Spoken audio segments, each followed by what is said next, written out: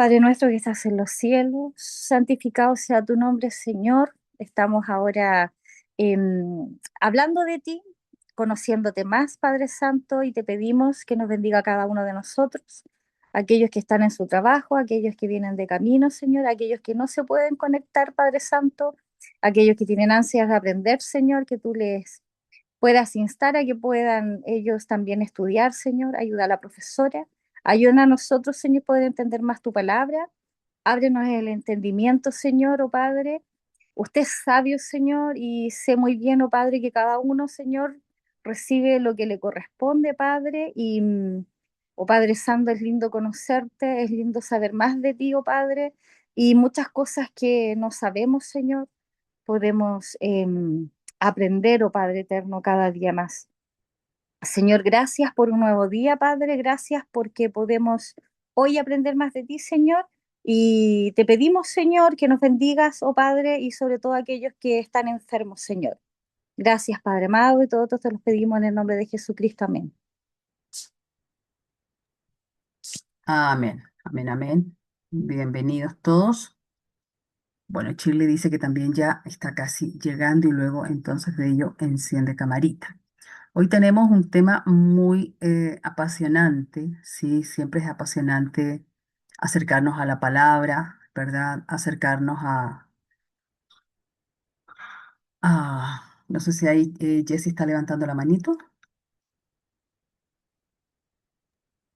Sí, pastora, quería contarle que David tuvo un accidente el sábado y por ende no va a estar en la clase ahora. Hoy día recién, hace poquito llegamos del hospital, le dieron el alta hoy día, así que está descansando ahora y por eso le avisaba que no va a estar en la clase.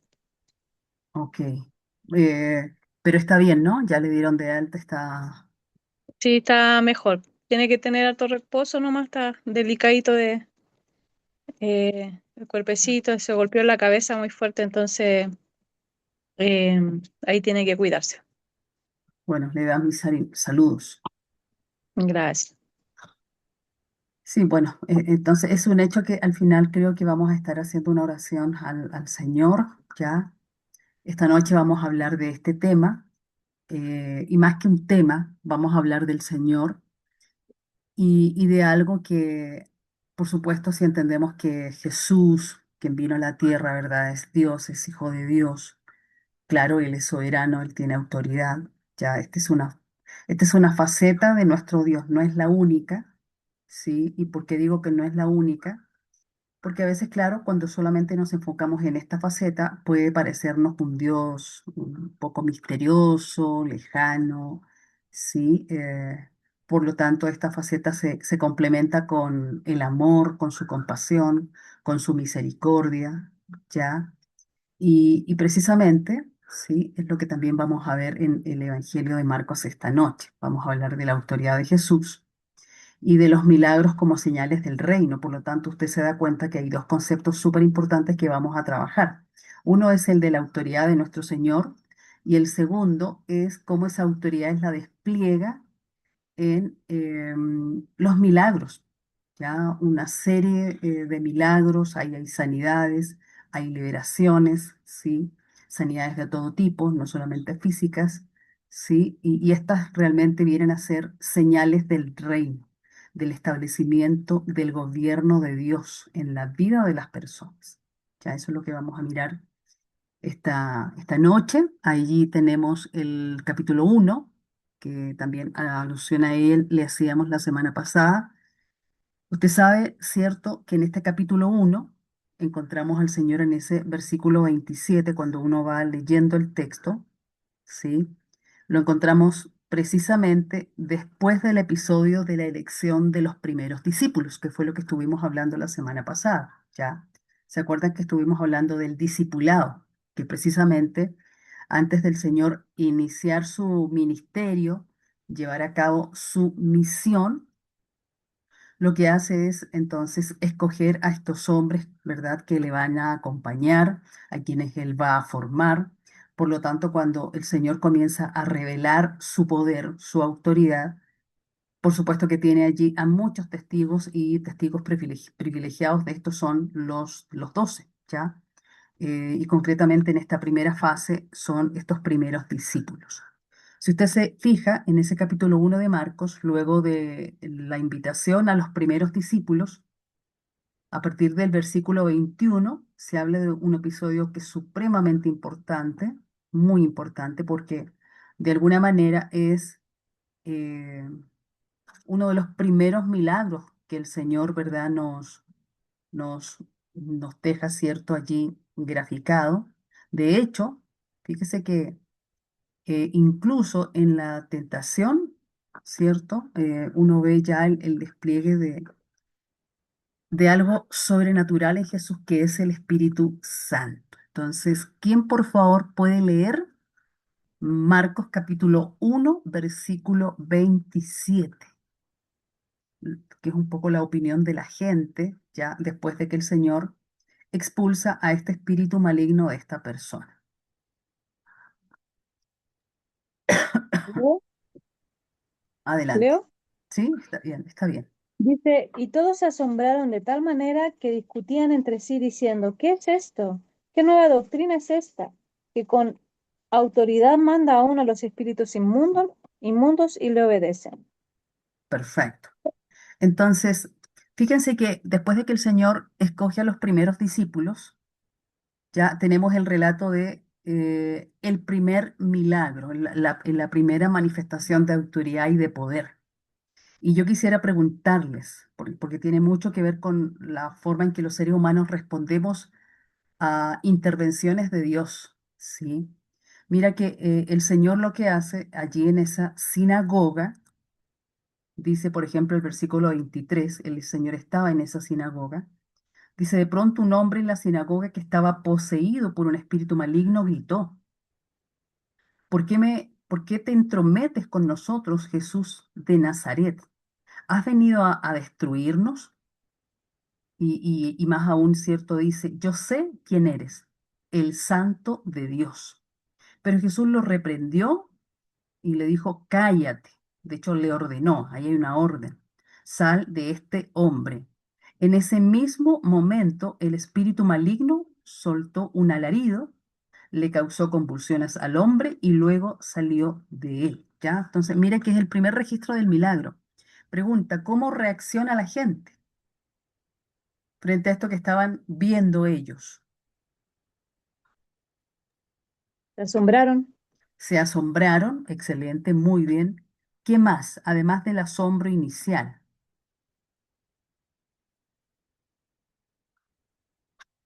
¿Cómo reaccionaron? ¿Qué se preguntaban?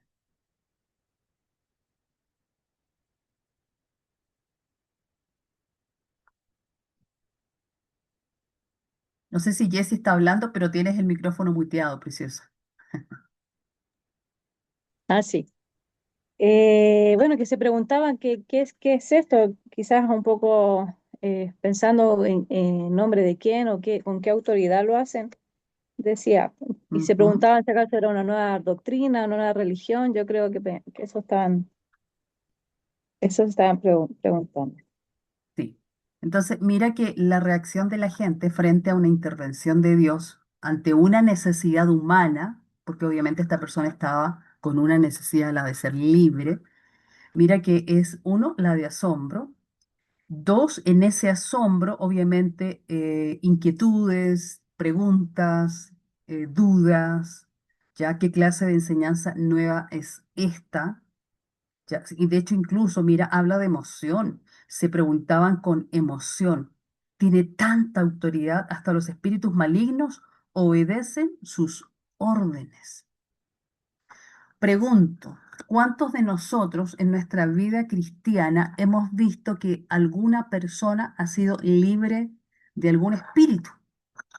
Llámale demonio, ¿verdad? Como quiera que le quiera llamar. ¿Alguna vez hemos sido testigos de esto? ¿Alguien aquí de los presentes? ¿Alguien diga sí, yo? ¿Hace mucho o hace poco?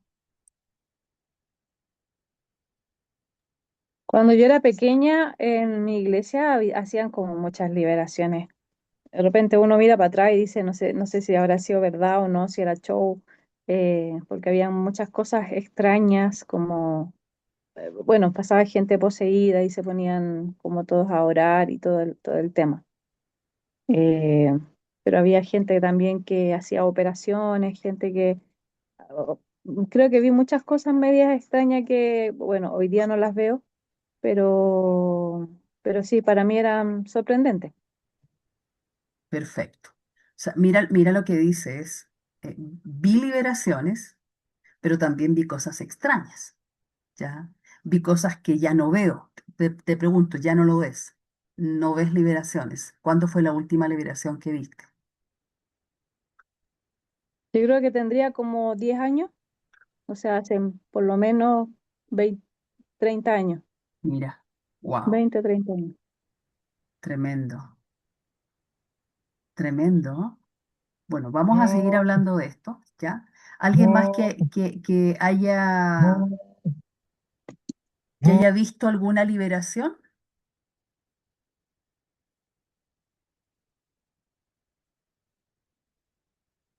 Los demás no. Wow, tremendo. Y digo tremendo, aquí ya digamos que la que se asombra soy yo, ¿sí? La que se asombra soy yo porque hoy día vamos a descubrir que esto hace parte del Evangelio, ¿sí?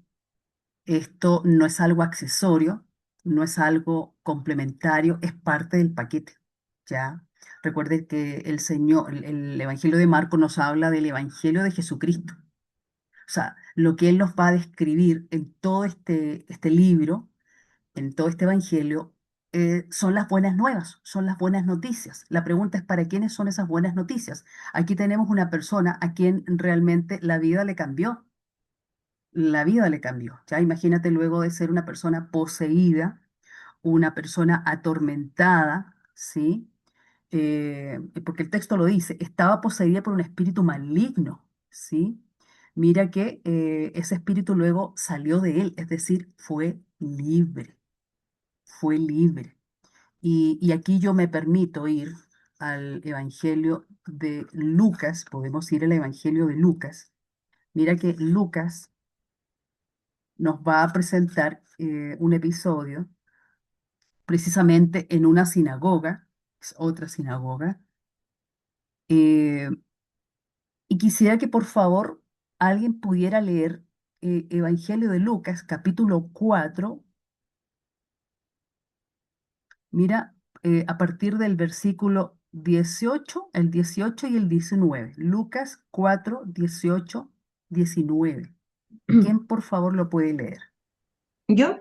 Vale, perfecto. Ya. Dice, el Espíritu del Señor está sobre mí, por cuanto me ha ungido para dar buenas nuevas a los pobres. Me ha enviado a sanar a los quebrantados de corazón, a pregonar libertad a los cautivos y vista a los ciegos, a poner en libertad a los oprimidos, a predicar el año agradable del Señor. Perfecto. De todo lo que aquí se menciona, ¿qué se cumplió? ¿Ya? Porque mira que este texto es un texto programático porque nos habla del programa de la misión de Jesús. ¿Ya? Nos habla de la misión, en qué consiste el programa, ¿sí? Es decir, ¿qué viene Él a hacer acá a la tierra? Ya, lo primero que el texto nos dice es que el Espíritu de Dios está sobre Él, lo ha ungido, es decir, lo ha empoderado, lo ha equipado, lo ha preparado para. Ella entonces habla de la finalidad, ¿sí? La primera es poder llevar la buena noticia a los pobres, ¿ya? Mira, llevar la buena noticia que como uno va a aprender en el relato de los evangelios, no solamente se trata de hablar de las buenas noticias, porque mira que lo que primero el Señor hace luego del bautismo es escoger a, a discípulos, a los primeros discípulos. Y de ahí el primer episodio que nos registra el Evangelio de Marcos es una liberación. Y uno dice, podría haber arrancado predicando, pero mira que el texto me dice que arranca con este episodio, es precisamente allí en la sinagoga, o lo que obviamente nos da a entender de que seguro también enseñó. obviamente, pero el texto no se detiene en hablar en lo que enseñó, el texto se detiene en lo que ocurrió cuando él estuvo precisamente allí en la sinagoga. Entonces pregunto, de todo lo que se menciona que hace parte del programa de la misión de Jesús, ¿qué cumplió Jesús cuando liberó al endemoniado? ¿Cuál de esos aspectos? Habla de llevar las buenas nuevas, habla de proclamar libertad a los cautivos, habla de dar vista a los ciegos, de poner en libertad a los oprimidos, ¿ya? Y bueno, Ese, de ese, libertad, ¿no? Libertad. exacto, exacto. Entonces, mira qué cosa más interesante, porque las buenas nuevas, ¿ya? No solo consiste en hablar de las buenas noticias. Las buenas noticias se hacen presente cuando Jesús habla. Uno, porque obviamente Él es Dios, porque la buena nueva es Él, es su persona. No solamente es el mensaje que Él porta, sino que su persona, su presencia, cuando llega a algún lugar, trae cosas buenas como por ejemplo las que se mencionan aquí en Lucas, y que efectivamente él comienza a cumplir en su ministerio, ¿ya? Esto hace parte del ministerio del Señor. Y por eso la gente estaba tan asombrada, ¿sí? Porque si uno sigue leyendo, pues, tú lo miras también incluso ahí en el capítulo 1 de Marcos, dice, habla una nueva doctrina, no como los fariseos. ¿Cuál es la diferencia entre Jesús y los fariseos? ¿Por qué se dice que Jesús enseña con autoridad, habla con autoridad?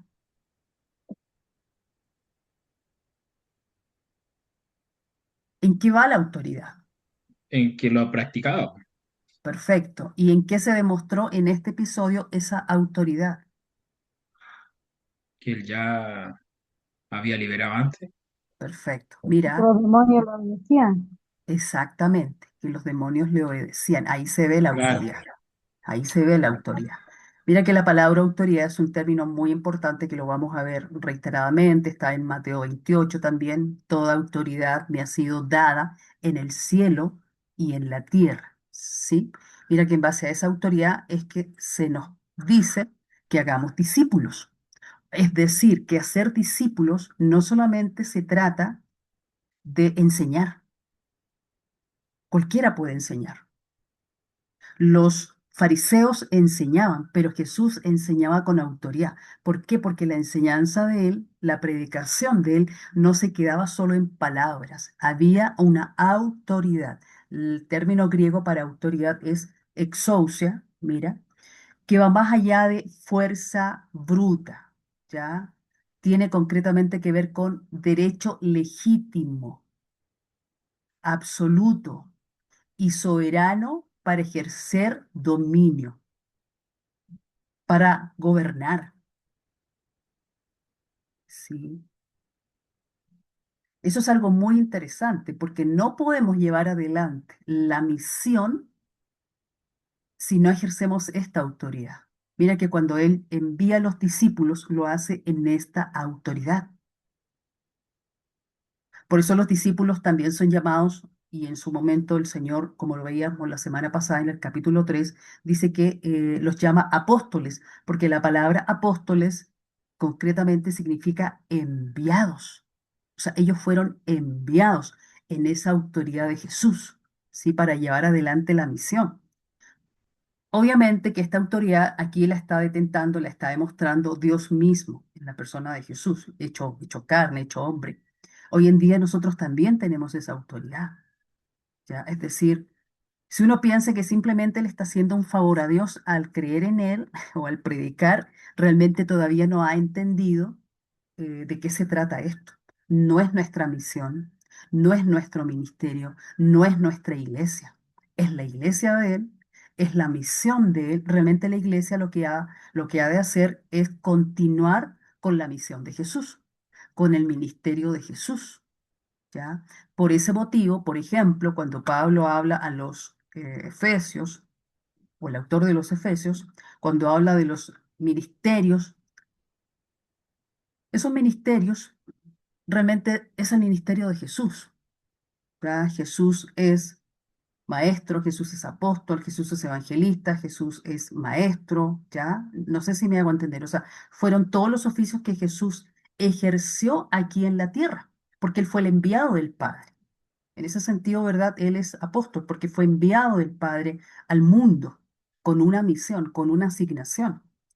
Y por eso él también, cuando escoge a estos hombres, no solamente es para que lo vean, porque imagínate que ellos están siendo testigos de esto. Acuérdate de lo que hablábamos la semana pasada, o sea, esto de que les voy a discipular, acuérdate, vengan y vean, yo lo hago, tú me ves.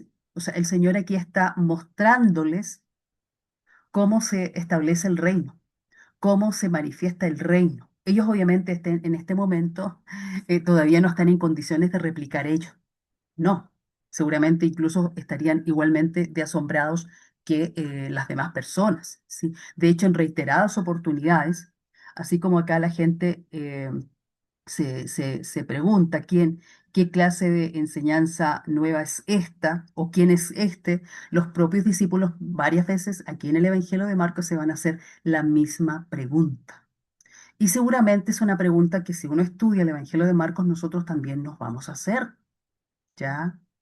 Porque Marcos nos proporciona un rostro ya de Jesús que hay que profundizar, que no es el único rostro de Jesús, porque como ustedes saben, siempre hay que complementarlo con lo que nos van también enseñando los demás evangelios. Así como yo, por ejemplo, ahora iba al Evangelio de Lucas para poder también tener un poco más de contexto. El Señor realmente lo que está haciendo es poner, cierto, en despliegue la manifestación del reino, pero para poder hacerlo lo tiene que ser ungido, o sea, empoderado en el poder del Espíritu para llevar adelante la asignación y también lo tiene que hacer bajo autoridad. Mira que el Señor en el Evangelio de Juan dice, yo no hago nada, sino solo lo que veo hacer a Dios, mi Padre. Sí. Es interesante que Hebreos dice que Jesús, en términos humanos, aprendió obediencia. ¿Ya? ¿Y por qué me detengo un poco acá?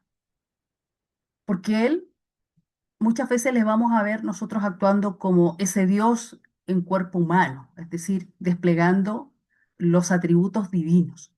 En otros momentos le vamos a ver como ese hombre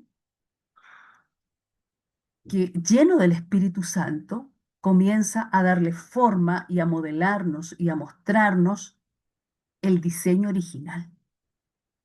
El diseño original, porque si vamos a Génesis, ustedes se dan cuenta que para hablar de un solo libro de la Biblia, nosotros necesariamente, ¿verdad? Necesitamos ir a la escritura.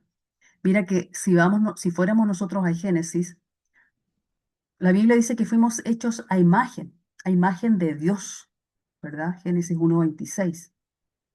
¿Quién es esa imagen? ¿Quién es la imagen de Dios? Jesús. Jesús. Ya tenemos Colosenses 1:16-17, ¿verdad? Jesús es la imagen del Dios invisible, eso también lo dice Hebreos, ¿verdad? O Romanos 8 también lo dice. O sea, nosotros realmente eh, cuando Dios diseñó al género humano, el modelo que tomó fue el de Jesús, ¿ya? O sea, para conocer al Padre, la imagen es Jesús. Por eso el Señor dice, el que me ha visto a mí, ha visto al Padre. No que sean la misma persona, sino que Jesucristo es la exégesis del Padre, ¿sí? Como dice Juan 1:18. Él revela el corazón del Padre, ya la intención original de Dios. Y mira qué interesante, porque como esta noche vamos a hablar de la autoridad de Jesús, que es la autoridad de Dios, por supuesto. Mira que Dios para gobernar el universo, es decir, toda su creación, ¿qué hace? En Génesis 1, ¿qué fue lo que él hizo? Mira que comenzó a delegar esa autoridad, es decir, a compartirla. ¿A quién se la compartió? Esa autoridad suprema de Dios que hace que Él sea Dios, que Él sea muy distinto a nosotros. Pregunta, ¿a quién Dios le delegó esa autoridad antes de la caída? Adán. Claro, a Adán y a Eva. A Adán y a Eva. Ya sé que ustedes ahorita estuvieron estudiando Pentateuco, entonces mira que el Señor delega autoridad a Adán y a Eva, los bendice a ambos. ¿Ya? La primera institución que Dios establece es la del matrimonio. Entonces, mira que delega la autoridad al género humano, delega su autoridad a la familia, a los padres en este caso. O sea, así es como Dios establece su reino,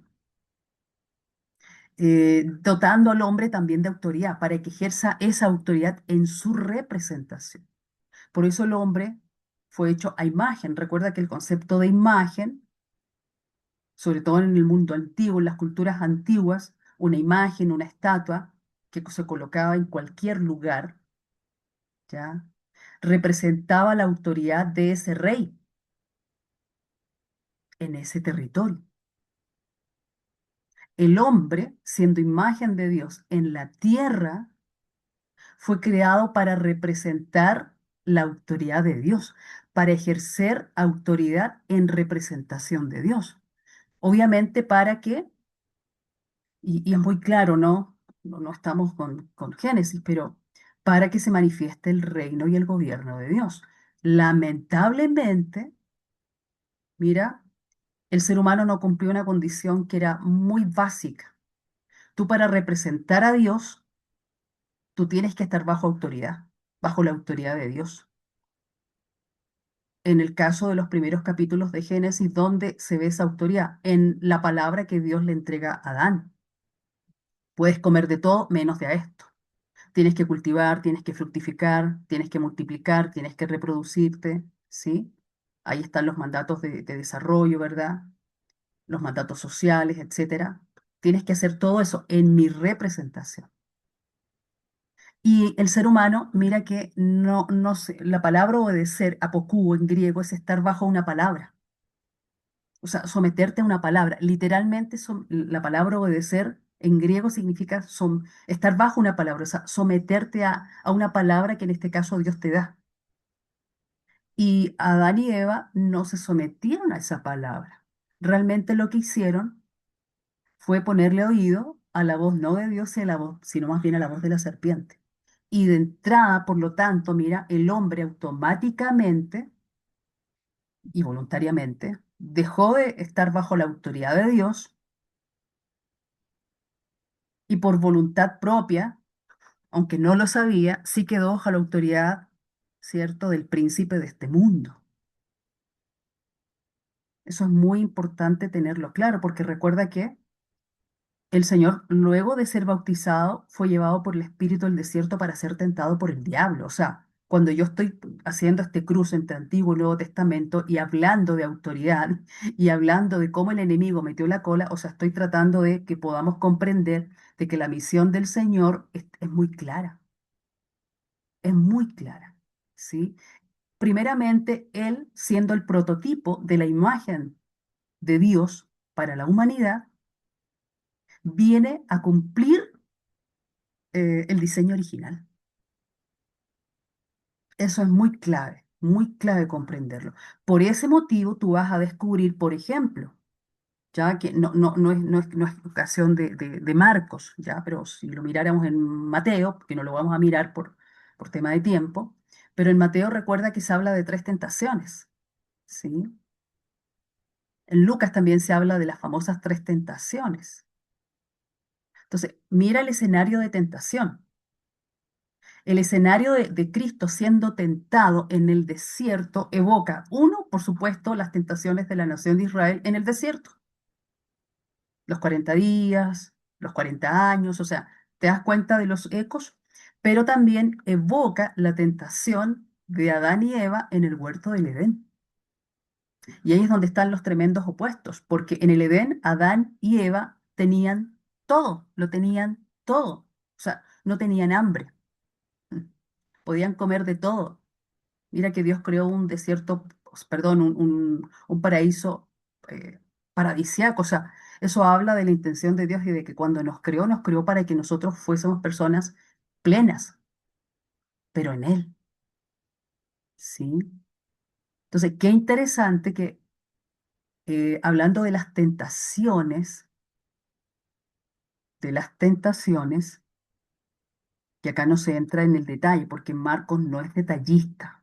Ya recuerda que Marcos es muy rápido, ¿sí? Pero como nosotros somos chilenos y a veces sí nos interesan como que, y el contexto, y por qué, y para qué, etcétera. Mira que la tentación de Eva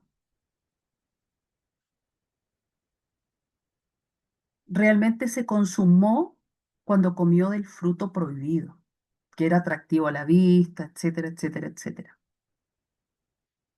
La palabra, o sea, ¿por dónde entró el alimento? Obviamente entró por su boca. Mira que la palabra boca, en hebreo, que es el término nefesh, se puede traducir como garganta, se puede traducir como boca, se puede traducir como estómago, ¿sí? Se puede traducir como alma.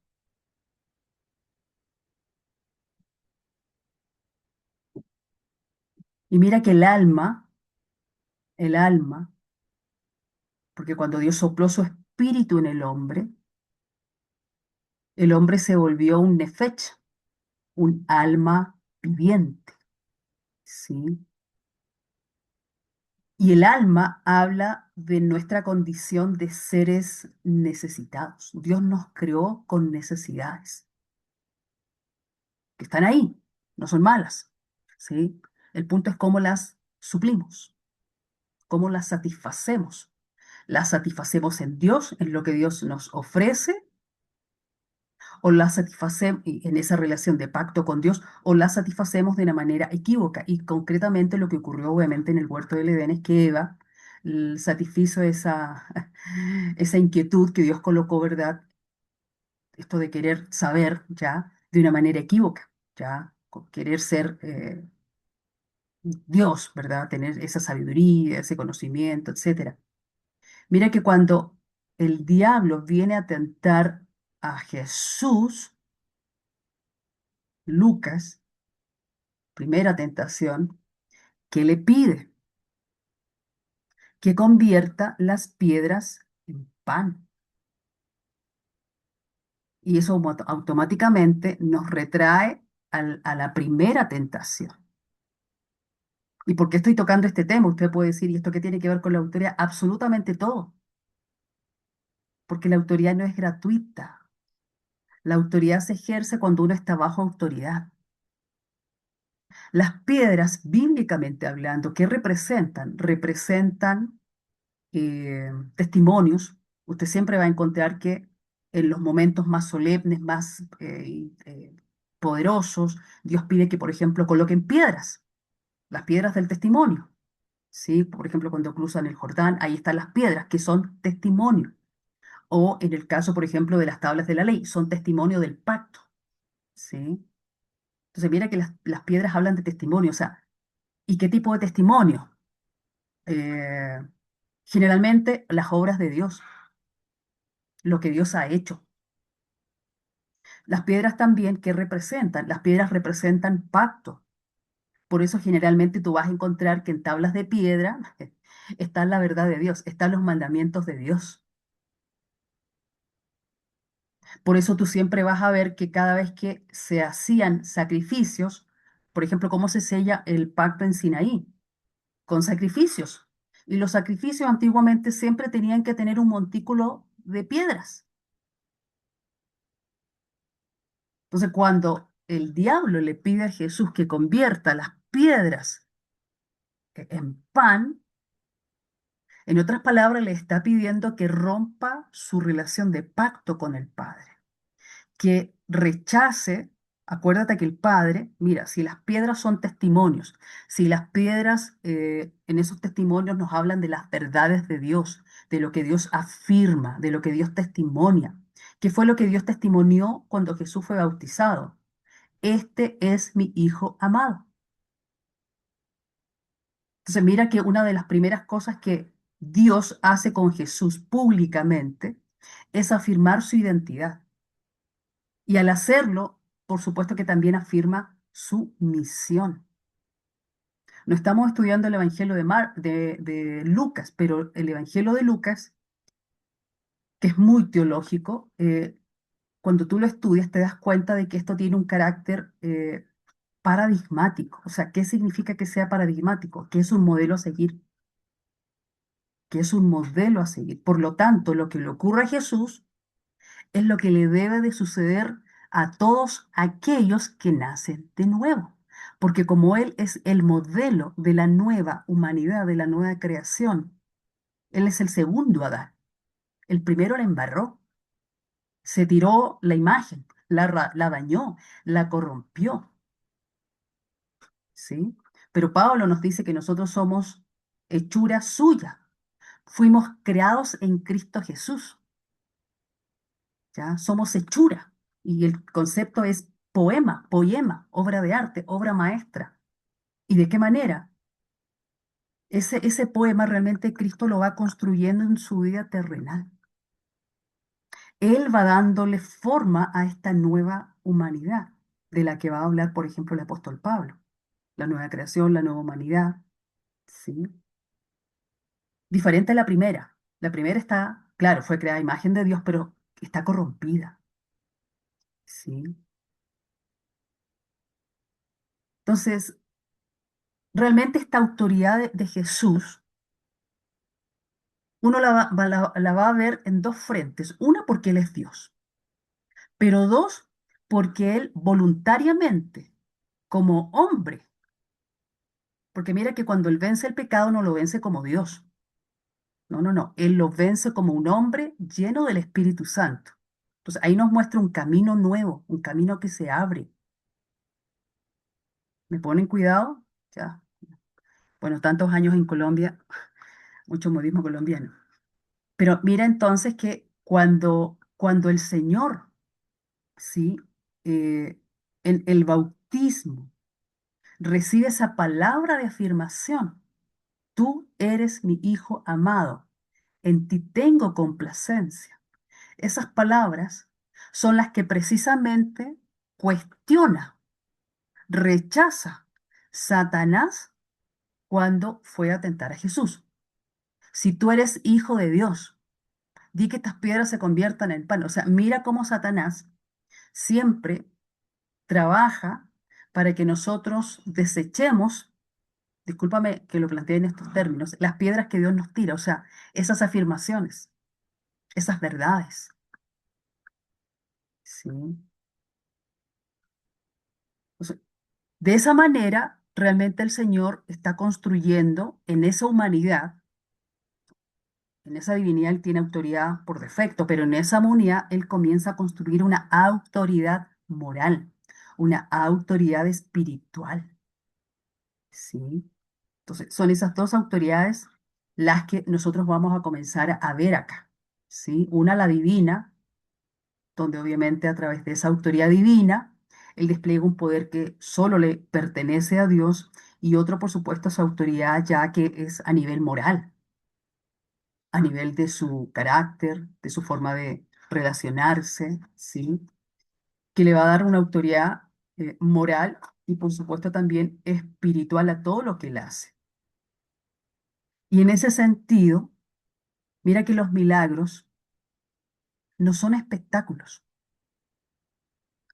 Denante, mira, denante Jesse dijo, recordando la infancia, ¿no? 20, 30 años atrás. No sé si era show, ¿sí? Los milagros no son show. Los hombres, cuando están movidos, no por el Espíritu de Dios, sino por su ego, por su inmadurez, etcétera, por lo que fuese, claro, pueden hacer show, pero aquí no vemos a Jesús haciendo show. Lo que realmente ocurrió acá le cambió la vida a esta persona. Sí, le cambió la vida. Realmente los milagros son la evidencia visible de que el reino de Dios ha llegado. ¿Cómo el mundo puede creer que el reino de Dios ha llegado? de dos maneras. Los milagros, como este tipo de milagros que vamos a mirar esta noche, ya, que están ahí registradas en el Evangelio de Marcos. Y lo segundo, el milagro en la transformación de nuestra vida, que cada vez nos parecemos más a Jesús. Y seguramente ese es el mayor milagro, y por eso se habla de poder para ser testigos de Jesús, ¿sí? El mayor milagro que uno pudiese experimentar, comenzar también a ser transformado a imagen de Jesús, ¿sí? De esta manera, mira que el Señor con esto lo que está haciendo es provocando, despertando a una fe transformadora, ¿sí? En que las cosas pueden ser diferentes, porque de eso se trata la buena nueva, o sea, que hay algo malo que me está pasando en distintos planos, en lo económico, en lo emocional, en la salud, ¿verdad? O sea, en lo espiritual, en distintas áreas de la vida, y el Señor viene para transformar esa situación, ¿sí? Ya nosotros habíamos hablado del concepto de autis, que se usa reiteradamente, ¿verdad? Ahí en el Evangelio, eso de inmediatamente, siempre se está hablando, ¿verdad? Con esa celeridad, planteando que, ¿verdad? Esta narrativa es una narrativa no solamente muy rápida, sino también de un poder muy dinámico e imparable. ¿Por qué no se detiene tanto? No, porque él quiere, o sea, mostrar, mira todo lo que acontece y sucedió cuando Jesús se manifestó. O sea, era tras otro, un milagro tras otro, una intervención en la vida de una persona, de otra persona. Obviamente dentro de todo esto también hay enfrentamientos, claro. Por supuesto, la gente se está preguntando, ¿no? ¿Y quién es este personaje? El pueblo, usted ya lo sabe, el pueblo judío del primer siglo esperaba un liberador político. Y aquí es donde uno no se puede equivocar, ¿no? Porque a veces uno espera en la vida de la nación un liberador político. No, eso no va a suceder. Sí, todos los hombres fallan, o sea, lo que Jesús viene a presentar no es político en lo absoluto, ¿ya? Y eso puede ser muy, muy fuerte, ¿sí? Eh, ¿Por qué? Porque digamos que la iglesia del Señor, muchos de acá hemos nacido en iglesias pentecostales cuando conocimos al Señor, y precisamente por esos shows, por esos abusos, por esos excesos, hoy en día eh, no vemos milagros. Porque ¿qué ocurre cuando tú ves abusos? Tú después le haces cruz a cualquier tipo de como manifestación. Tú dices, no, o sea, mi experiencia. Yo recuerdo que hubo una época donde era tanto el abuso que yo no quería que nadie me impusiera manos. O sea, que decía, no, esta gente es carnal, o sea, yo no voy a permitir esto. O sea, ellos quienes son para... Me explico, o sea, creo que todos o muchos hemos pasado por ese tipo de situaciones. Pero el haber pasado por ese tipo de situaciones no nos excusa, no nos excusa. ¿Por qué? Porque no es posible, es que no es posible que si nosotros creemos en Jesús, creemos en el Evangelio, creemos que el Evangelio transforma las vidas, ¿sí? En distintos niveles, ¿sí? No veamos la manifestación de lo que dice Lucas 4. Es que esa es la esencia del Evangelio. Ese es el programa de nuestra misión, ¿sí? Y por eso Marcos presenta uno a uno ya estos milagros, de tal manera que se va superando toda expectativa. El otro extremo, claro, son las iglesias, digamos que dos polos opuestos, son las iglesias muy místicas, donde todo se le achacan los espíritus o a los demonios. No, no, el Señor la verdad es que en la palabra es muy categórico. Hay muchas situaciones que uno vive por tomar malas decisiones. Sí, todo lo que uno siembra, uno lo cosecha. Y si uno, por ejemplo, no invierte bien, Si uno se gasta todo el dinero, si uno no trabaja con presupuesto, muy seguramente va a andar al 3 y al 4. O sea, ahí tú no le puedes echar la culpa ni a Dios, ni a los demonios, ni al gobierno, no, es tu responsabilidad. ¿Ya? De hecho, una de las cosas que nos plantea los mandatos originales de la creación es que Dios al ser humano internamente lo capacitó, mira los mandamientos, los primeros mandamientos, para que se reproduzca. Y ese concepto de reproducción en los primeros capítulos de Génesis es amplio, porque por un lado tiene que ver con la reproducción de hijos. Pero no solo se trata de traer bocas a este mundo para alimentar, es reproducir hijos que al igual que esas personas que Dios creó, también tengan la imagen de Dios, crezcan a imagen de Dios. Ya de eso vamos a estar hablando cuando lleguemos a Mateo. ¿Sí? Esto de hacer discípulos va en esa misma línea.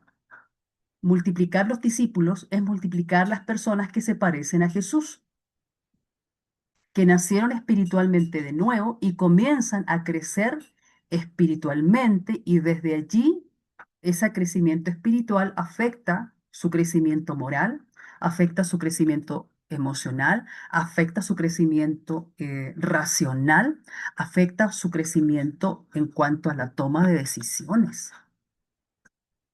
¿Ya? Por eso todos los verbos que se usan en los primeros capítulos de Génesis contienen la imagen de la semilla. Mira que la reproducción habla de semilla, el semen, la semilla, ¿sí? Por eso Malaquías habla de que realmente lo que Dios quiere es que se levante una descendencia que sea, sean hijos de Él, o sea, que se parezcan a Él. Ese fue el diseño original, ¿sí? Y el concepto de reproducir tiene que ver también, obviamente, no solo con la imagen de Dios, es decir, tener descendencia, y multiplicar esa imagen de Dios, esos discípulos de Dios, sino que también, mira que esta palabra habla de colocar a producir y a desarrollar. De hecho, el otro verbo multiplicar, mira, habla de reproducir y de multiplicar. Y cuando tú unes esos verbos con el verbo que está en el 2:15, que Dios coloca al hombre en el huerto para que lo cultivara, mira que el verbo cultivar tiene las mismas acepciones que el verbo multiplicar y reproducir. ¿Y cuáles son esas acepciones? Desarrollar, habla de desarrollo, ¿ya? Entonces, Dios colocó en cada ser humano el potencial, porque colocó dones, colocó capacidades, colocó talentos, que los padres son los responsables de descubrir para lanzar al niño hacia su asignación en esta vida. ¿Qué ocurre con las iglesias místicas? Que toda la culpa se la echan a Dios, que son pobres porque o a los espíritus o al gobierno. No, no, no. Bíblicamente eso no es así. Bíblicamente Dios a cada individuo le ha puesto su imagen. Esa imagen está corrompida. Y mientras esa imagen no sea regenerada por el Espíritu Santo y arranque un proceso de crecer a la imagen de Jesús, que es un poco lo que el Señor vino a hacer aquí a la tierra, la Biblia también nos dice que el corazón es muy engañoso. Ya, muy, muy, muy engañoso. Por lo tanto, mira que el pueblo judío esperaba un libertador político y de hecho se levantaron muchos mesías diciendo, les vamos a liberar. Pero mientras esas personas que dicen que nos van a liberar, que nos van a resolver la vida, no tengan a Dios en el corazón y Dios no sea el centro de su toma de decisiones, eh, difícilmente realmente la situación se resuelve.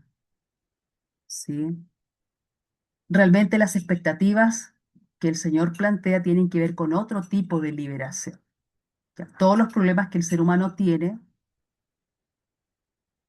que pueden ser que pueden, digamos, ser económicos, de salud, familiares, relacionales, ya, en la educación, etcétera, todos tienen un origen espiritual.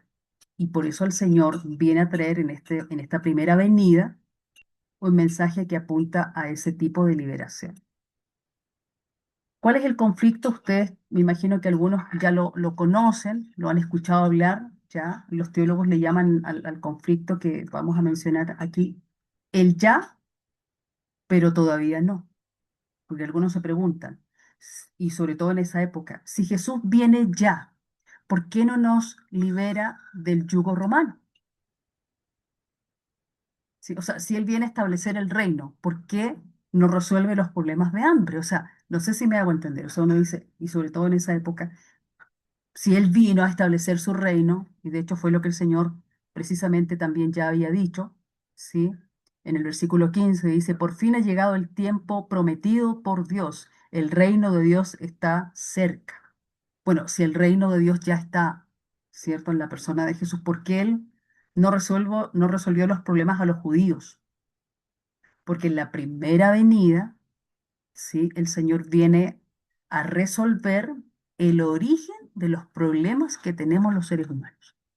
Todos los problemas que tenemos a nivel personal, a nivel familiar, a nivel comunitario, a nivel civil, a nivel gubernamental, tienen un solo origen y es espiritual. Es espiritual, ¿sí? Obviamente no nos podemos quedar solo con lo espiritual, pero es espiritual. Y para Marcos esto queda tan claro que el primer milagro del Señor precisamente tiene que ver con el mundo espiritual, ¿sí? ¿Preguntas hasta acá? ¿Comentarios?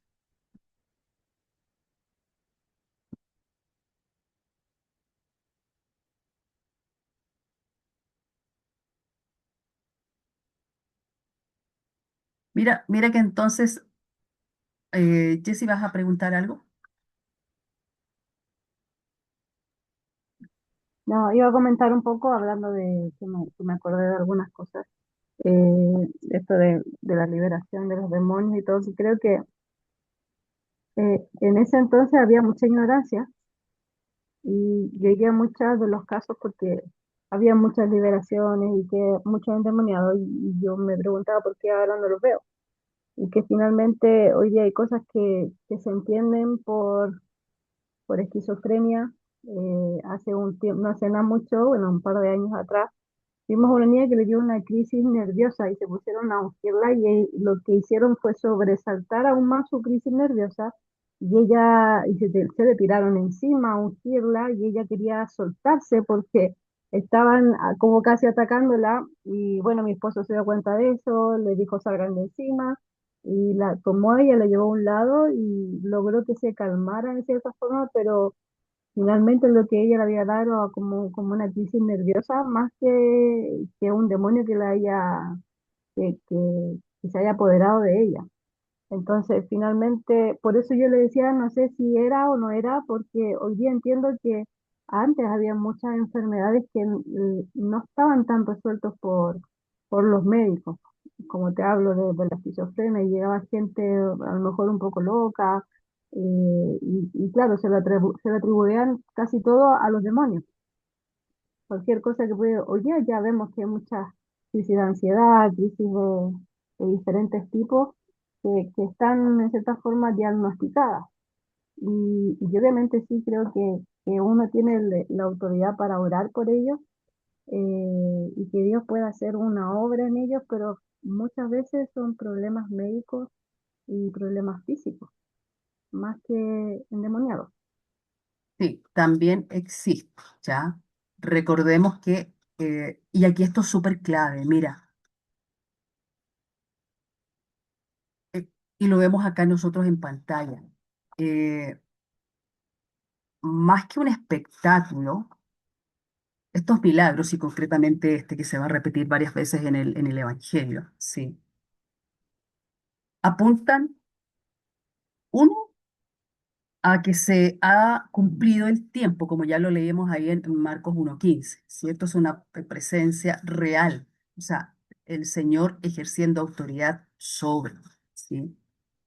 Recordemos lo que incluso decía, y lo leíamos la semana pasada, ¿cierto? Cuando el Señor llamó a los 12, ¿sí? Dice que los llamó cuando ya los instituye como sus apóstoles, más bien, ¿sí? Mira cómo la escritura también es muy clara, ¿sí? Dice, versículo 14, luego nombró a 12 de ellos y los llamó sus apóstoles o sus enviados. Ellos lo acompañarían y él los enviaría a predicar y les daría autoridad para expulsar demonios, ¿ya? Y sanar toda dolencia. Entonces, mira que la escritura varias veces hace una discriminación. Hay personas, como este personaje, donde el Señor ora por él y la persona es liberada.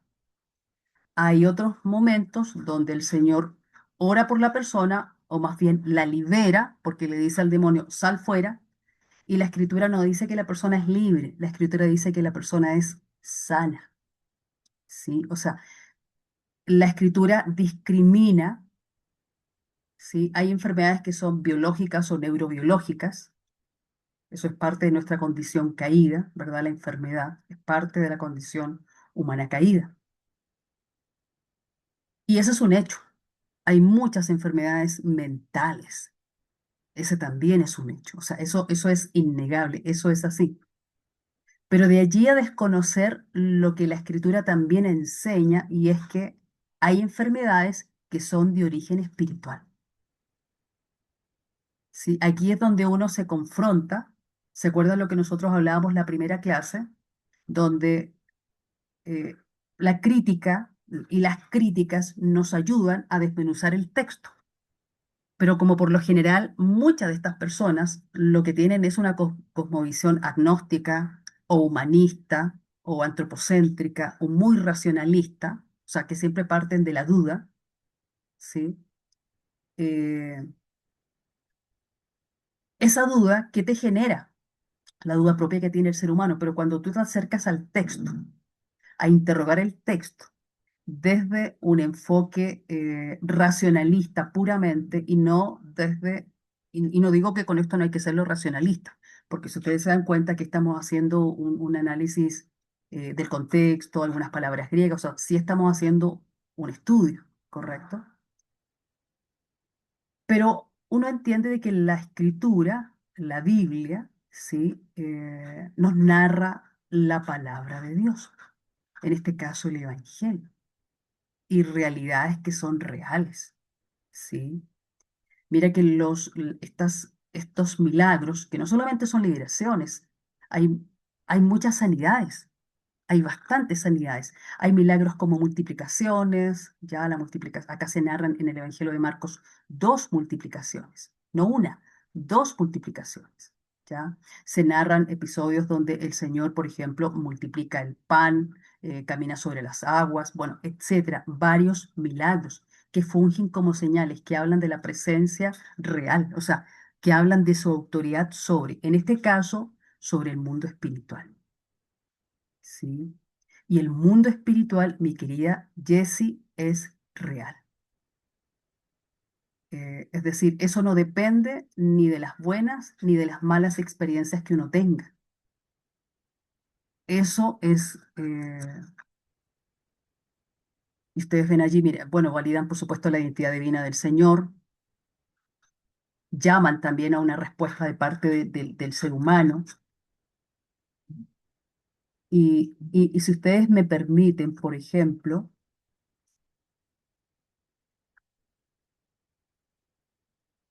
eh, por ejemplo, Efesios capítulo 2 versículo 1 dice, y seguimos, yo sigo mostrando acá, mira la autoridad, el poder, ¿sí? Antes, ustedes estaban muertos a causa de su desobediencia y sus muchos pecados. Vivían en pecado igual que el resto de la gente, obedeciendo al diablo, el líder de los poderes del mundo invisible.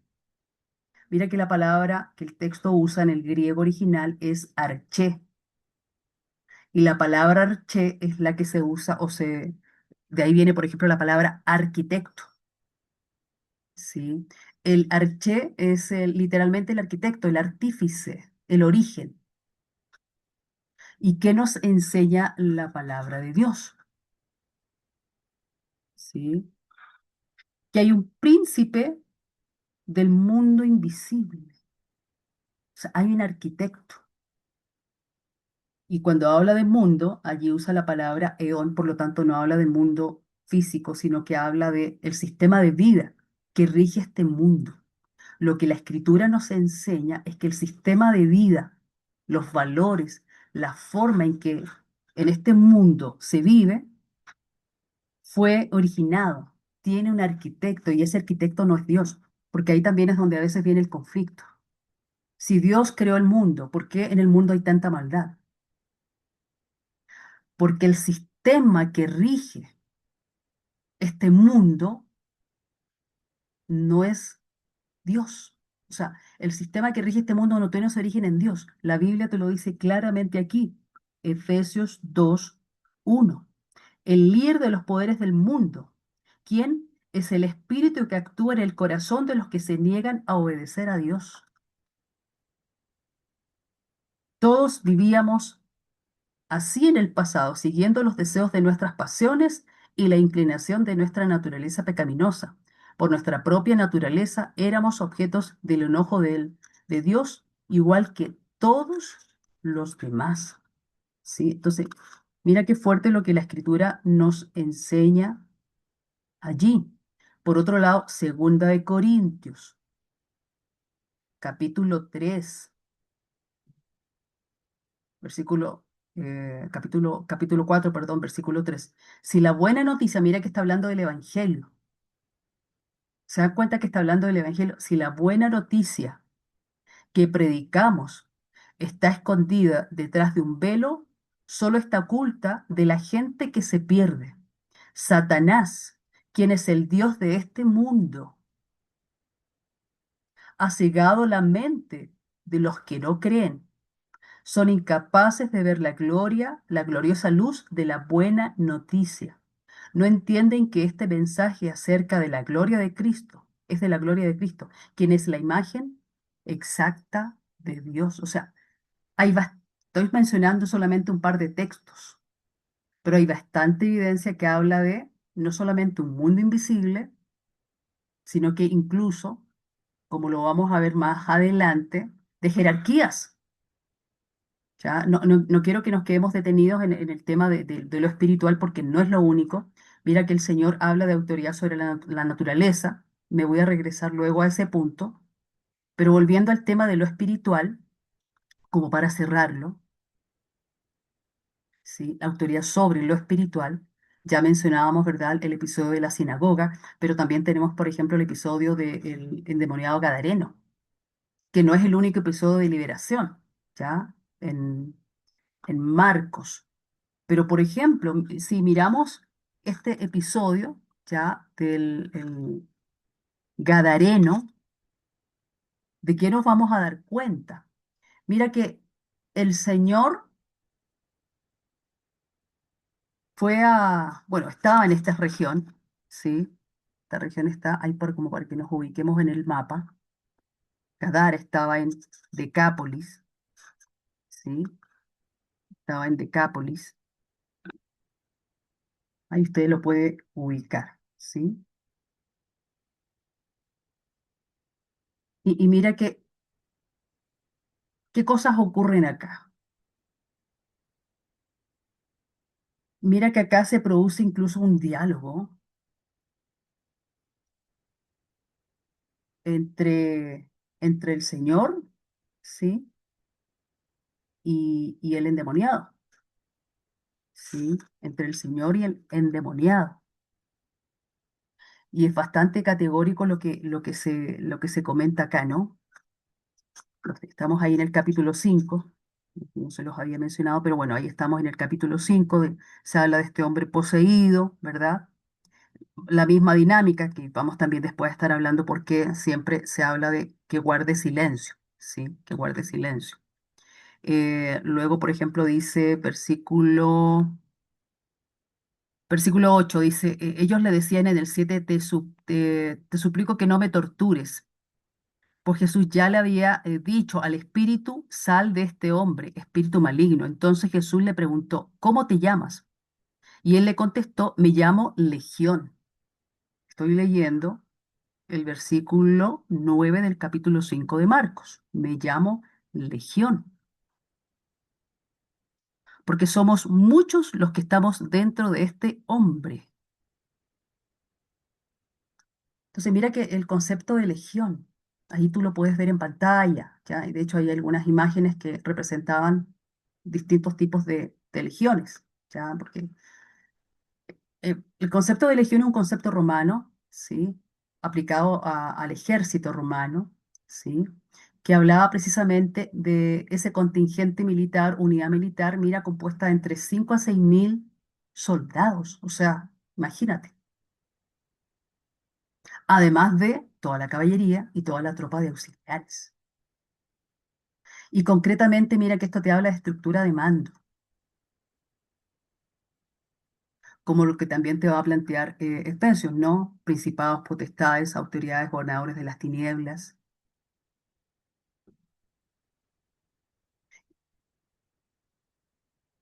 Entonces, ¿cuál es uno de los problemas que hoy día los creyentes tenemos? Uno, los místicos que ven demonios por todos lados. El otro extremo es cuando tú ves que tu misión es natural, que todo se trata de lo natural, que nada tiene que ver con lo espiritual. Y allí te equivocas, porque desde Génesis nosotros vemos que hay un problema espiritual en el que involucró la caída del ser humano. Y de hecho Efesios es muy categórico, el texto que acabamos de leer en ese capítulo 2. O sea, hay un tema con la concupiscencia, con la desobediencia, pero mira cómo, de hecho el texto es muy fuerte, porque como los verbos están allí en voz pasiva, lo que implica es que realmente el príncipe de la potestad del aire ejerce dominio sobre las personas, y en los dos textos, tanto el de Corintio como el de Efesios, hablan de no obedece, o sea, no se somete, ¿sí? Eh, y la pregunta que seguramente ustedes se hacen, ¿no? Mira que en esta región de Gadara, precisamente, había una región encargada, hablando de una región, legión romana, literalmente una legión romana, o sea, soldados de verdad. No, no estoy hablando de lo que dicen ahí los espíritus, no, estoy hablando de que precisamente aquí, en toda esta región, de hecho, la legión se llamaba así, Legión X Fretensis, que custodiaba toda esta región, porque estamos hablando de Decápolis, estamos hablando de ciudades griegas, ya con una fuerte influencia griega y romana.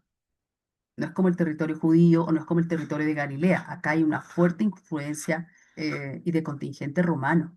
Y mira que el emblema, que así como veíamos emblemas en el slide anterior, mira que el emblema que estos tenían era precisamente de un cerdo salvaje. Entonces, cuando uno mira el contexto, uno va captando, ¿no? ¿Por qué? Porque ellos dicen seguramente aquello, ¿sí? Bueno, ahí está la explicación. Entonces, ¿qué te puedo decir? Y a los presentes, por ahí también vi una mano levantadita. El mundo espiritual existe. Y si no se trata de sobredimensionarlo, no, porque por eso hablamos de la autoridad de Jesús, pero es una realidad. Entonces, ahí es donde comienzan a operar los dones del espíritu, como por ejemplo el de discernimiento. Sí, efectivamente, a veces las personas que no tienen discernimiento ven que alguien está convulsionando y creen que es un demonio. Eso es falta de discernimiento. Y no solamente humano, espiritual. ¿Sí? Pero si ustedes me preguntan a mí, nosotros permanentemente en el ejercicio pastoral, en el ejercicio ministerial, permanentemente estamos teniendo enfrentamientos con personas endemoniadas, permanentemente, permanentemente. Eso, o sea, eso es el pan de cada día. Y no es que todo el mundo esté endemoniado, sino que es algo permanente, o sea, no es algo que ocurrió hace 10 años, o sea, es algo que ocurre permanentemente. Así como también derivamos personas a que se atiendan con psicólogos o con psiquiatras, porque también hay situaciones ya que tienen que ver con el cerebro, que tienen que ver con la parte emocional, por supuesto, o sea, pastelero tus pasteles, ¿sí? Y hay mucha gente que está endemoniada que a diferencia de estos personajes que si tú te das cuenta, en Marcos prácticamente todos, o sea, tienen alaridos. O sea, es obvio que algo espiritual ocurre allá. Hay mucha gente que está endemoniada que no lo manifiesta. O sea, a mí qué me ocurre.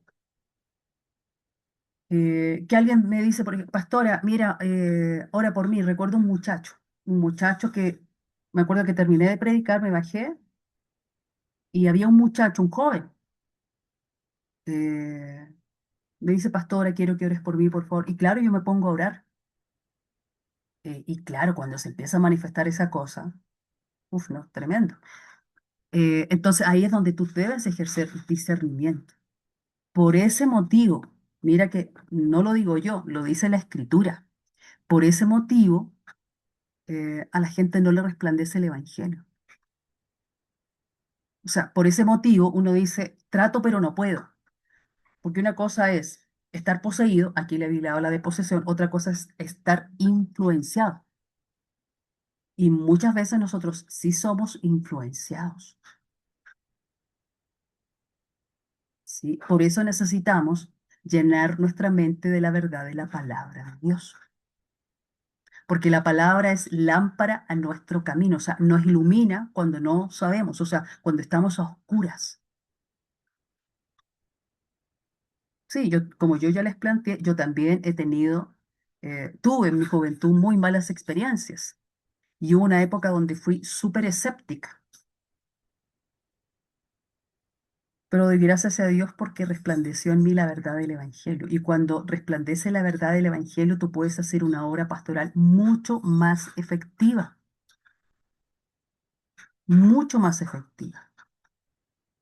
¿Ya? Y, y digo, no se trata de ver demonios en todas partes, tampoco es eso.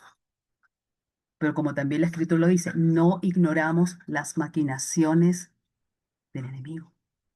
Cuando tú las ignoras, el enemigo te mete muchos goles, te mete muchos goles.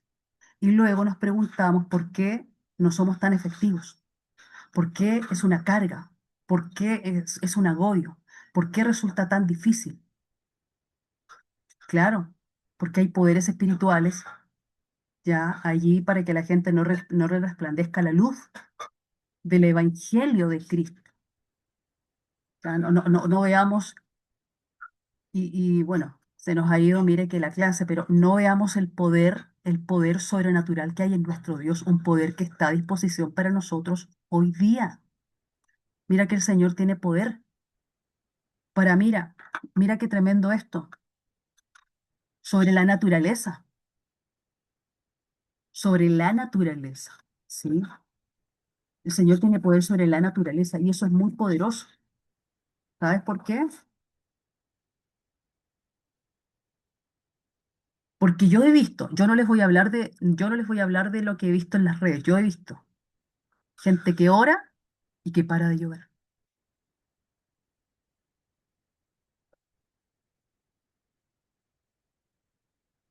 He visto paralíticos caminar, mujeres que quedaron embarazadas luego que se les sacó la matriz porque tenían, por ejemplo, cáncer. Yo lo he visto con mis ojos, eso no me lo cuenta nadie, yo lo he visto con mis ojos. Poder de Dios sobre las leyes de la naturaleza. A eso le llamamos milagro, no es algo natural. Y ahí es donde está la buena nueva para esa familia, para esa persona. A veces simplemente fungen como señales. señales de que Dios te escucha. O sea, eso queda a disposición de la soberanía de Dios. ¿Por qué a veces lo hace y por qué a veces no lo hace? Eso queda a disposición de la soberanía de Dios. Pero mira cómo lo veíamos en la imagen anterior y ahora sí le doy la oportunidad a quienes iba a preguntar. Mira que estas señales apuntan a la presencia real. Allí está operando Dios, Jesús en este caso como rey, ejerciendo su autoridad como rey. Allí se está validando su identidad, sobre todo en los evangelios que siempre están cuestionando. Mira que en este evangelio todo el mundo cuestiona, ¿y este quién es? ¿Y este quién es? Las señales le siguen. De hecho, el Señor en algún punto se enoja. Piden señales y aquí están las señales. O sea, ¿qué más quieren? Les voy a dar la señal de Jonás. ¿Sí? Y lo otro es que siempre también esperan, ¿ya? Llaman a una respuesta. No es para entretener, sino para provocar conversión, que la gente se vuelva, ¿sí? Que la gente vea que Dios tiene interés en sus necesidades. Dios es poderoso, Dios es real, ¿sí? Y que se vuelvan, por lo tanto, discípulos activos en este proceso. Adelante, ¿quién iba a preguntar? Pastora, mire, lo que pasa es que el concepto en sí, endemoniado, para muchos es sinónimo de ataque y de algo muy malo. Yo aprendí que, bueno, cuando mi hijo se convirtió, él tenía que ser liberado, pero yo no veía en él y yo me ofusqué, me enojé y yo dije, pero ¿cómo vas a ser liberado si tú no tienes un demonio adentro ni nada? Pero después entendí que hay ataques que recibe la persona y necesita ser liberada y no necesariamente uno está endemoniado. Exacto. Por ejemplo, yo no sabía, por ejemplo, que mi hijo tenía, que él deseaba la muerte, por ejemplo. Y él estaba siendo atacado, pero yo no lo veía endemoniado. Entonces, el término liberación para muchos es sinónimo, es que tiene demonios, pero no es así. Entonces, por ejemplo, yo estuve sufriendo mucho tiempo de ataques de pánico. Y yo entendí que el ataque de pánico era porque lamentablemente me estaban atacando demonios, porque yo me aterraba y veía algo, veía a alguien, veía acercarse la muerte y me daba una especie de pánico terrorífico, yo no sé cómo ya aplicarle, porque era tremendo. Pero en sí, con mi hijo lo aprendí y lo aprendí a aceptar, de que el único que me puede liberar en eso es Dios. Y puede haber muchas pastillas y claro, yo puedo obviamente medicarme, pero si yo no le pido ayuda a Dios, yo no voy a ser liberada. Entonces, pero sí lo aprendí con mi hijo y creo que hay mucha gente que ese concepto lo aplica muy mal. Sí, Y hay cosas sí que son mentales, pero hay que saber, como usted bien lo dijo, discernir que cuando es un ataque, que cuando es algo como la esquizofrenia que necesita de medicación y que no es simple porque eso, y lo dice bíblicamente, no sale con oración. Eso es otra enfermedad. Entonces yo creo que por ahí es donde nosotros erramos como cristianos, el no saber discernir y aplicar los conceptos. Es eso. sí. Y por eso es tan importante estudiar la Biblia, ¿sí? La Biblia. Uno como maestro y como pastor especialmente, uno tiene que tener mucho cuidado, mucho cuidado. ¿Por qué? Porque a veces las personas realmente tienen problemas, usted sabe, la depresión cuando es endógena. O sea, ahí obviamente el apoyo espiritual es clave e importante, pero ahí el apoyo psiquiátrico, o sea, tú nunca le debes decir a alguien que está en tratamiento, deja los medicamentos. Usted sabe las estadísticas que indican que generalmente cuando la gente se suicida es cuando dejó el tratamiento. ¿Y por qué les menciono esto? Porque estoy tratando de el equilibrio. O sea, sería uno muy irresponsable. Pero así como hay casos de depresión que son ya químicas, neurobiológicas. Hay depresiones que también son de influencia espiritual, ¿sí? Yo conozco personas que tienen cierto tipo de conductas. O sea, por ejemplo, yo les voy a mencionar, alguien era homosexual y cuando pidió ayuda, que por favor oraran, y cuando se empieza a manifestar, hoy no, el hombre el joven estaba totalmente endemoniado, al más estilo bíblico. Espuma, se puso morado, o sea, fue una cosa fuerte, fuerte. Entonces, cuando uno ve esto, claro, efectivamente hay problemas emocionales del alma, hay problemas neurobiológicos en nuestro funcionamiento cerebral que afectan también incluso a veces nuestra salud emocional, pero también hay problemas espirituales.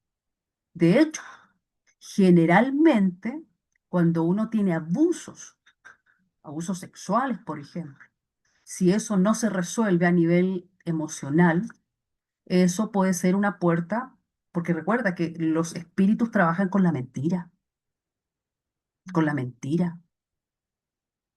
¿sí? Con la mentira, trabajan con la mentira. Tú te terminas creyendo una mentira.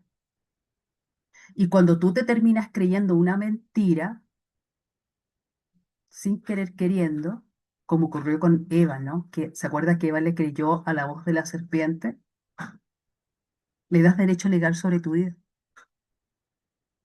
Por eso es tan potente esto de eh, obedecer a Dios, ya leer su palabra, pero ¿para qué? Para obedecerla.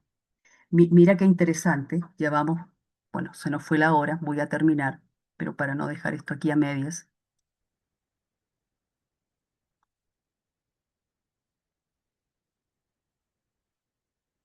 Por eso uno como pastor tiene que trabajar siempre derivando a las personas, ¿verdad? Pero hay cosas espirituales y uno tiene que abordarlas como pastor, ¿sí? Mira que el verbo reprender, que no vamos a mirar, pero mira que cuando el Señor, el caos, ¿verdad? ¿Te acuerdas de esa tormenta que se levanta? Él dice que a la tormenta la reprende. Y esa palabra reprender es la misma que se usó precisamente en el texto que nosotros estábamos analizando. No, no sé si captan a dónde quiero ir, o sea, dando a entender con ello que el origen de esa tormenta era espiritual, ¿sí? Era espiritual. No todo es espiritual, por supuesto, pero de esa tormenta en particular era espiritual, ¿sí? La compasión, el amor y la misericordia del Señor para acoger ya con su toque, como por ejemplo también vemos ahí en Marcos 1:40, el toque al leproso. Mira que el Señor es la buena nueva, Él en persona es la buena nueva. Y lo que Él hace, por supuesto, es una manifestación del cómo nos beneficia esta buena nueva, ¿sí? Él viene a resolverle situaciones difíciles a la gente. Recuerda lo que la lepra le provocaba a la gente, o sea, era excomulgado, era excluido. O sea, imagínate la vida triste. Entonces, no solamente le ayudaba a restablecer, ¿verdad?, el vínculo con Dios, sino que también ahora la persona podía, claro, volver a tener vida en sociedad y en comunidad, ¿sí? Todo esto habla de la llegada del reino y todo esto es lo que debiera de suceder.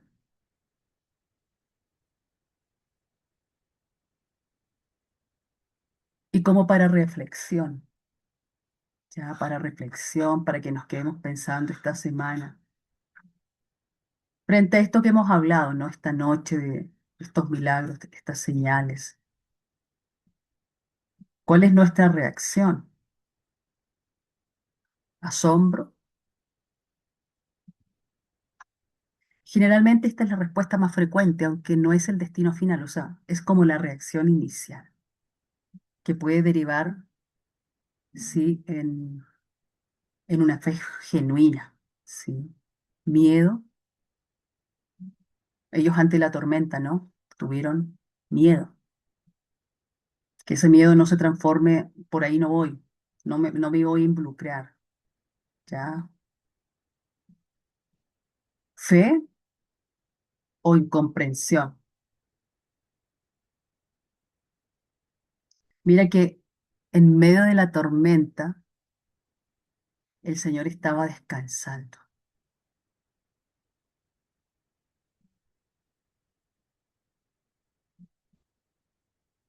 El que aprenda a descansar en medio de la tormenta puede luego caminar sobre la tormenta. Después hay otro milagro donde el Señor camina sobre las aguas en medio de una tormenta. Y ellos no, muchas veces, o sea, fueron duros de corazón. Entonces, estas señales, ¿verdad? Así como hablan de Dios ejerciendo su autoridad, su realeza, esto afirmando, confirmando su identidad como el Mesías prometido, también nos llaman a nosotros a responder. ¿Cómo vamos a responder? ¿Con un corazón duro? ¿Con asombro? ¿Con miedo? ¿Con fe?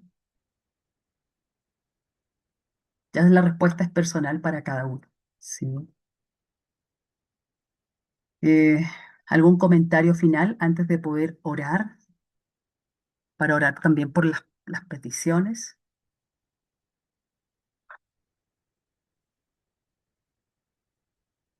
Necesitamos Biblia, más Biblia, más Biblia. ¿Ya? Lo que nos dice la Biblia, lo que nos enseña la palabra de Dios.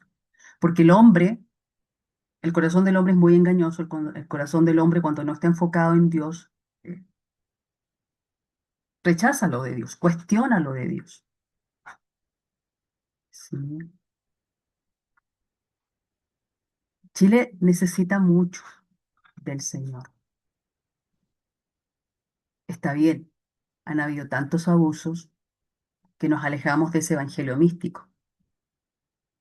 Bien, pero no seamos desequilibrados y nos vayamos al otro extremo, porque también es un extremo donde todo lo cuestionamos. O sea, si tú dudas, ya lo que no se hace con fe finalmente te lleva a pecar.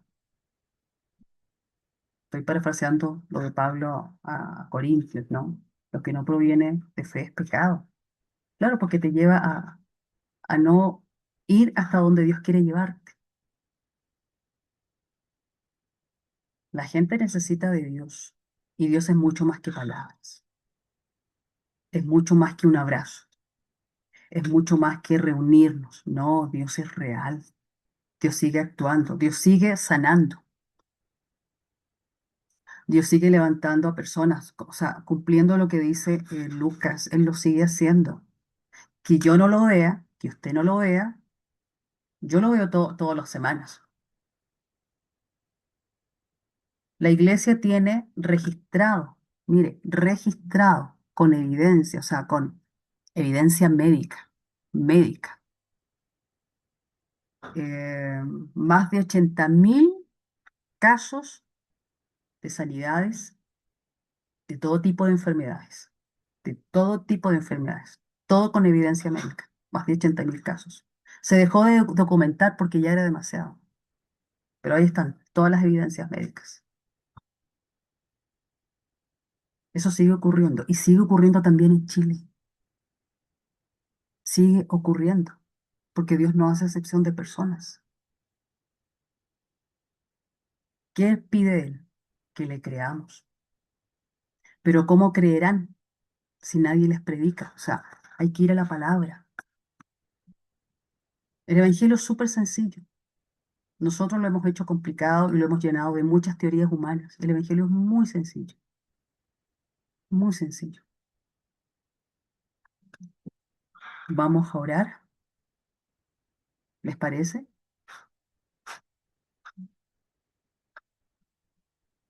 Señor, te doy gracias en esta noche por tu amor, por tu realidad en los corazones, en miles de corazones, Señor, alrededor del mundo, papá. Gracias por enviar a Jesucristo, tu amado, en quien tú te complaces, Señor, y te complaces, Señor, porque Él vino a mostrar y a revelarnos, a quitar el velo, Señor, el velo que nos impedía ver y nos impide aún ver, Señor, quién eres tú, cuáles son tus planes, Señor, para nosotros en lo personal, en lo familiar, como nación también, Señor. Perdónanos, Señor, porque, Señor, a veces predicamos un evangelio que es un poco diferente, Señor, al que tú viniste a predicar, Señor. Y Pablo decía, Señor, que si alguien predica un evangelio diferente, sea anatema. A veces le añadimos obras al evangelio, legalismo, Señor. A veces le agregamos misticismo, Señor. Pero a veces también le agregamos, Señor, escepticismo, donde todo se tiene que cuestionar, Señor. Y sí, tú nos has dado la capacidad para pensar, pero ese pensamiento, Señor, es para llevarnos a maravillarnos, Señor, ante tu grandeza, Señor, ante tu gloria, ante tu amor, Señor, ante tu compasión, papá. Señor, yo te pido que ante las peticiones, Señor, que hay en los corazones, Señor, tú te puedas manifestar. Y te pido, Señor, que eso que tú me has permitido vivir a mí, porque, Señor, por muchos años también tú lo sabes, Señor. Yo dudé de que esto fuera realidad. Sí, al comienzo, Señor, vi milagros, pero también vi abusos, Señor. Y eso, Señor, llenó mi corazón de prejuicios, de rechazo, Señor, a todo tipo de manifestación. Pero un día, Señor, tú me saliste al encuentro, Señor, y me llevaste más allá, Señor, de mis prejuicios. Y me permitiste, Señor, descubrir a un Dios que es real, a un Dios que así como tu palabra enseña, Señor, aun cuando lo enseña a través de un lenguaje antropomórfico, que tú tienes oídos, que tú tienes boca, que tú tienes ojos, todos esos lenguajes nos hacen ver que tú eres un Dios real, un Dios que ve, un Dios que escucha, un Dios que habla. Perdónanos, Señor, porque hasta eso hemos cuestionado, papá, que tú puedas hablarnos, Señor, el día de hoy. Perdónanos, Señor, porque sin querer queriendo, Señor, hemos hecho de ti un ídolo que tiene boca pero no habla, que tiene oídos pero no escucha. Te hemos hecho un Dios lejano, Señor, que sabe que tenemos necesidades pero que no hace nada al respecto. Perdónanos, Señor, porque ese no es el Dios que se revela a través de Jesucristo. No es el Dios que tú sigues revelando, Señor, hoy en día en tu iglesia, en tantos lugares, Señor.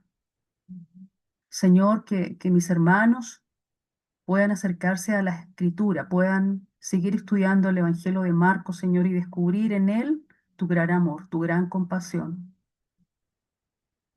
Estas señales no son un espectáculo, no son un show, Señor. Es la manifestación de tu amor, es la manifestación de tu buena noticia, Señor. Y yo te pido, Señor, que le sorprendas conforme, Padre, a tu voluntad, conforme a tus planes, Señor. Que ellos puedan también dar testimonio, Señor, de que tú eres un Dios real, un Dios que atiende, Señor, al clamor y a la necesidad, a la enfermedad, a la dificultad, Señor. Y enséñanos también, porque tu palabra también así nos ilustra, Señor, a poder descubrir las temporadas en las que tú nos tienes, Señor, viviendo.